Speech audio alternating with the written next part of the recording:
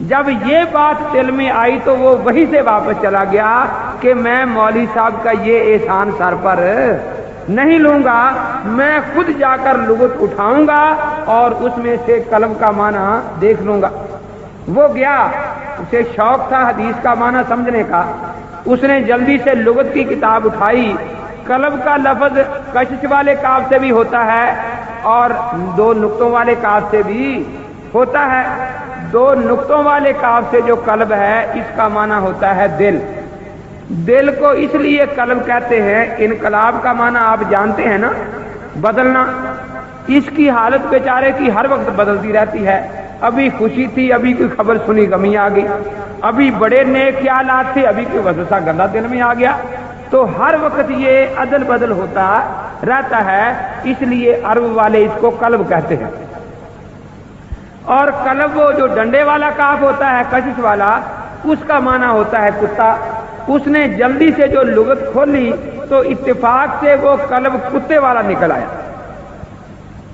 اس نے وہ حدیث کا معنی سمجھا، لا صلاۃ الا بحضور القلب، جب تک کتا سامنے نہ ہو تو نماز نہیں ہوتی۔ اب اس نے بار بار دیکھا آگے پیچھے پھر کے کوئی دوسرا معنی تو نہیں ہے، اب وہ سر پکڑ کے بیٹھ گیا۔ اس نے کہا کہ بھی عجیب، یہ شہر لاہور جو ہے آج تک ایک آدمی اس میں حدیث پر عمل کرنے والا پیدا ہی نہیں ہوا۔ نہ جامعہ مدنیہ والے کتا باندھتے ہیں سامنے، نہ جامعہ شریفہ والے باندھتے ہیں۔ اللہ کے نبی کی حدیث ہے کہ جب تک کتا سامنے نہ ہو نماز نہیں ہوتی۔ وہ بیچارہ اٹھ کر دو دکانداروں کے پاس گیا کہ بھئی ہم کلمہ کس کا پڑھتے ہیں؟ انہوں نے کہا کہ اللہ کے پیغمبر کا۔ اس نے کہا پھر نماز وہی پڑھنی چاہیے جو نا اللہ کے نبی والی نماز ہے۔ نے کہا بالکل وہی پڑھنی چاہیے۔ نے کہا یہ دیکھو اللہ کے نبی کی حدیث ہے اور اس کا معنی یہ ہے، یہ حنفی امام ابو حنیفہ کو چھوڑ کر ایک اللہ کے نبی کو چھوڑ کر ایک امتی کے پیچھے لگ گئے ہیں، ان کو حدیث کی کوئی قدر نہیں رہی۔ تو میں چاہتا ہوں کہ ایک مسجد اور مدرسہ بن جائے جس میں حدیث کے مطابق نماز پڑھی جائے۔ تو آپ کوئی چندہ وغیرہ اکٹھا کریں، دو چار آدمیوں سے چندہ لیا، اس کے بعد اس نے دیکھا کہ کام چل نکلا ہے، اس نے کہا کہ بھئی 2 ممبر بن جائے چندہ اکٹھا کرنے، میں کتے اکٹھے کرنے شروع کروں تاکہ نماز حدیث کے مطابق ہونے شروع ہو جائے۔ تو بعض لوگ جو ان پڑھ ہوتے ہیں بیچارے نام حدیث کا لیتے ہیں، حالانکہ وہ اللہ کے نبی کا مقصود سرے سے نہیں ہوتا۔ حضرت حکیم الامت رحمۃ اللہ تعالی علیہ فرماتے ہیں، میں ایک جگہ نماز پڑھنے گیا تو جو امام صاحب تھے وہ بڑے ہل ہل کر نماز پڑھاتے تھے، یوں نماز پڑھائیں، بہت زیادہ ہلے۔ میں نے کہا اللہ کے بندے، اللہ کے پیغمبر نے فرمایا ہے کہ نماز میں اس طرح نہ ہلا کرو جس طرح یہود ہلتے ہیں۔ حضرت ام رومان اما عائشہ صدیقہ کی والدہ فرماتی ہیں کہ میں ایک دن نماز پڑھ رہی تھی اور اس میں ذرا ہلی، حضرت صدیق اکبر رضی اللہ تعالی نے اتنا ڈانٹا، میں اتنا مجھے خوف ہوا کہ شاید میں نماز ہی توڑ دوں گا۔ تو اللہ کے پیغمبر نے تو یہ فرمایا ہے کہ نماز سکون سے پڑھو، قرآن میں بھی ہے قوموا للہ قانتین۔ تو بھئی تم یہ نماز میں اتنا ہلتے کیا ہو، کیوں ہو؟ اس نے حضرت تھانوی رحمۃ اللہ علیہ کو وہ جانتا نہیں تھا، کہنے لگا آپ نے کوئی دین کی کتاب پڑھی ہے؟ کہا کہ ہاں۔ اس نے کہا کیا کیا پڑھا ہے؟ کہا کہ فقہ بھی پڑھی ہے، حدیث بھی پڑھی ہے۔ حضرت نے پوچھا آپ نے کیا کیا پڑھا؟ اس نے کہا ہرنی کا قصہ پڑھا ہوا ہے میں نے، اور پکی روٹی بھی پڑھی ہوئی ہے، اور کچھ اردو ترجمہ بھی کتابوں کا دیکھا ہوا ہے۔ تو کہنے لگا آپ حدیث کو نہیں مانتے؟ کہ میں تو مانتا ہوں۔ تو وہ ایک ترجمے والی کتاب اٹھا کے لایا۔ حدیث کا مطلب تو یہ تھا کہ امام کو چاہیے کہ نماز ہلکی پھلکی پڑھائے، کیونکہ مقتدیوں میں کوئی بیمار بھی ہوتا ہے، کسی نے ضروری کام جانا ہوتا ہے، تو وہ ان کو جلدی فارغ کر دے۔